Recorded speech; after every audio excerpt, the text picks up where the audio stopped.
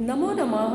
मम नाम संजीदाः LPM public स्कूलम सर्वेषां हार्दिकं स्वागतम। प्यारे बच्चों, आज हम सब अपनी पाठ्य पुस्तक संस्कृत रत्न के कक्षा 5 के अष्टादश पाठ एकम गुरुकुलम नामक पाठ का अध्ययन करेंगे। अष्टादश, अष्ट मीन्स 8, दश मीन्स 10, 10 और 8 मिलाकर कितने हुए? 18। इसका मतलब कि 18वां पाठ हम लोग पढ़ने जा रहे हैं। एकम गुरुकुलम, एक गुरुकुल के बारे में है। इसमें गुरुकुल जहाँ पर छात्र अपने गुरु से शिक्षा ग्रहण करते हैं। ठीक है, एकम गुरुकुलम, एक गुरुकुल। चलिए इसके कुछ शब्दार्थ को भी देख लीजिए। पहले भवता मीन्स होता है आपका, भवितुम होना, इच्छामि चाहता हूँ। इसमें कुछ शब्दार्थ है, इसको नोट कर लीजिए। शब्द और क्या है? भवता। भवता मीन्स क्या होता है? आपका। वो भी आपका किसके लिए आता है? पुल्लिंग के लिए आता है। आपका जो है पुल्लिंग के लिए आता है। और भवितुम मीन्स होता है भवितुम। भवितुम मीन्स होता है होना। भवितुम मीन्स क्या होता है? होना। इच्छामि, इच्छामि का क्या अर्थ होता है? इच्छामि का अर्थ होता है चाहता हूँ, चाहता हूँ। ठीक है। तदर्थम का अर्थ होता है तदर्थम, इस हेतु। तो संस्कृत में आप शब्दार्थ याद करेंगे तभी आपको संस्कृत का हिंदी में अनुवाद बनाना आएगा अच्छे से। शब्दार्थ बहुत ही महत्वपूर्ण होता है। कुत्र मीन्स होता है कहाँ, तो शब्दार्थ आपको पहले याद करना पड़ेगा। सर्वत्र मीन्स क्या होता है? सर्वत्र मीन्स होता है सभी जगह, सभी जगह। ठीक है, इसको आप लोग अपनी फेयर कॉपी पर अच्छे से नोट कर लीजिएगा। चलिए इस पाठ को हम लोग पढ़ते हैं। पाठ 18 है एकम गुरुकुलम, एक गुरुकुल। क्या दिया है? एकम गुरुकुलम अस्ति। एकम मीन्स एक, गुरुकुलम मीन्स गुरुकुल, अस्ति मीन्स है, एक गुरुकुल है। तत्र एकः गुरु, तत्र मीन्स होता है वहाँ, वहाँ एक गुरु है। गुरु पंडितः अस्ति, गुरु क्या है? पंडित है। एकः बालकः तत्र आगच्छति वदति च, एक बालक, तत्र मीन्स होता है वहाँ, वहाँ आता है। च मीन्स और, तत्र मीन्स नोट कर लीजिए। तत्र मीन्स वहाँ और च मीन्स होता है और। अगर संस्कृत में कहीं च लिखा है तो आप समझ जाएंगे कि च मीन्स और। एकः बालकः तत्र आगच्छति वदति च, एक बालक वहाँ आता है और बोलता है। वदति मीन्स बोलता है। अहम भवता शिष्यः भवितुम इच्छामि। अहम मीन्स मैं, भवता मीन्स आपका, मतलब लड़का है तो पुल्लिंग। मैं आपका शिष्य बनने की इच्छा रखता हूँ। इच्छामि मतलब इच्छा, इच्छामि चाहता हूँ, मैं आपका शिष्य बनना चाहता हूँ।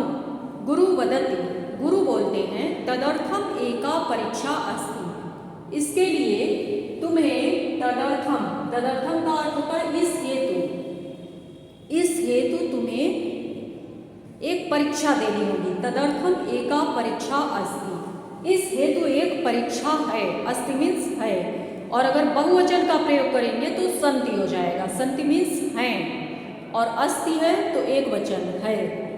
शिष्य वदति, शिष्य बोला। भवतु, भवितु में आ दिया है वो भवतु मतलब तैयार है। ठीक है। गुरु पृच्छति, गुरु पूछते हैं, पृच्छति मतलब पूछते हैं। देवः कुत्र अस्ति, देव कहाँ है? शिष्य वदति, शिष्य बोलता है देवः सर्वत्र अस्ति। सर्वत्र मीन्स क्या होता है? सभी जगह, देव सभी जगह हैं। गुरु संतुष्ट भवति, गुरु संतुष्ट होते हैं। बालकः तस्य शिष्य भवति, बालक उनका शिष्य बन जाता है। तस्य मीन्स उनका, उनके, उनकी या उसका, उसके, उसके, इसके लिए तस्य का प्रयोग करते हैं। ठीक है, आ गया समझ में? इसका पीडीएफ अभ्यास के प्रश्न का भेज देंगे, आप लोग फेयर कॉपी में अच्छे से लिख लीजिएगा, जिसमें प्रश्नोत्तर होगा और कुछ अभ्यास के प्रश्न होंगे। चलिए एक बार फिर से समझा रहे हैं, सभी बच्चे ध्यानपूर्वक समझने का प्रयास करें। शब्दार्थ देखिए, भवता मीन्स होता है आपका, पुल्लिंग के लिए, और भवितु मीन्स होना, इच्छामिका मतलब इच्छा रखता हूँ, चाहता हूँ। तदर्थम का अर्थ होता है इस हेतु, कुत्र का अर्थ होता है कहाँ, और सर्वत्र का अर्थ होता है सभी जगह। तत्र मीन्स वहाँ, च मीन्स और,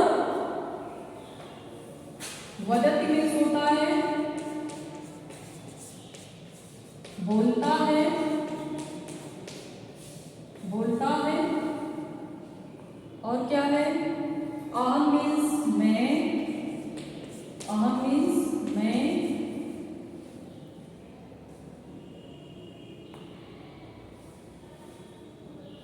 भवति मीन्स होता है, भवति मीन्स होता है, और क्या है?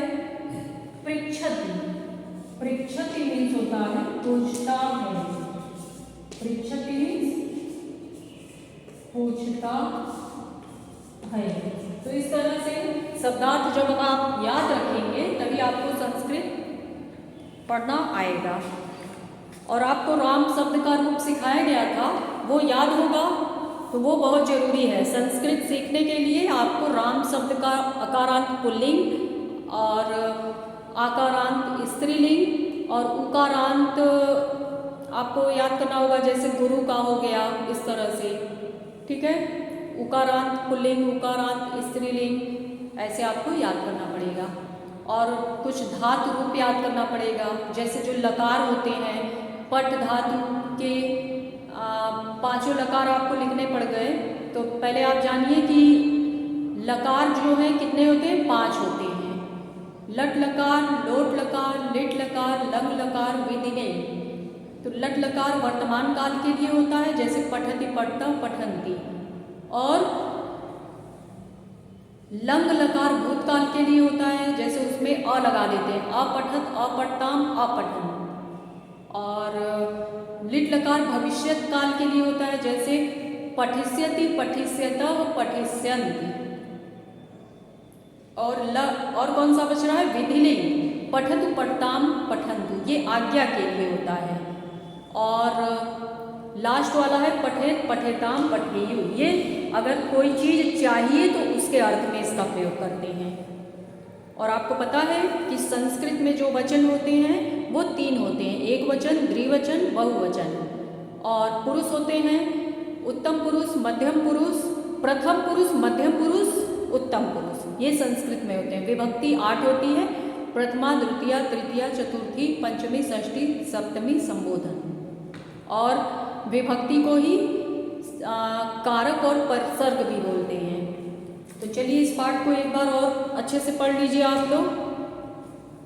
एकम गुरुकुलम, एक गुरुकुल के बारे में बताया गया है।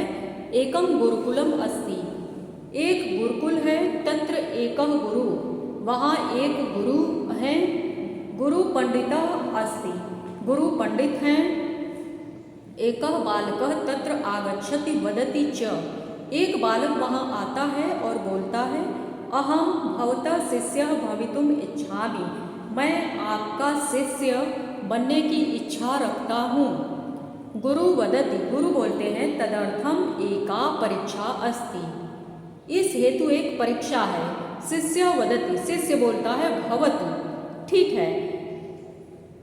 गुरु पृच्छति, गुरु पूछते हैं देवः कुत्र अस्ति, देव कहाँ है। शिष्य वदति, शिष्य बोलता है देवः सर्वत्र अस्ति, देव सभी जगह हैं। गुरु संतुष्टः भवति, गुरु संतुष्ट होते हैं। बालकः तस्य शिष्यः भवति, बालक उनका शिष्य बन जाता है। तो इस प्रकार से आपका 18वां पाठ समाप्त हुआ। आप सब इसे पढ़ने का प्रयास कीजिए, फिर आपको समझ में अच्छे से आ जाएगा। और नहीं आता है तो फिर आप लोग पूछिएगा। स्कूल खुलेगा तो आपकी कॉपी चेक की जाएगी, फेयर कॉपी पर ये शब्दार्थ लिख लीजिएगा और PDF द्वारा जो अभ्यास के प्रश्न भेजे जाएंगे उनको भी आप लोग कंप्लीट कर लीजिएगा, क्योंकि अब आपकी परीक्षा भी होने वाली है। ठीक है, तो चलिए अब आज के लिए बस इतना ही। धन्यवाद।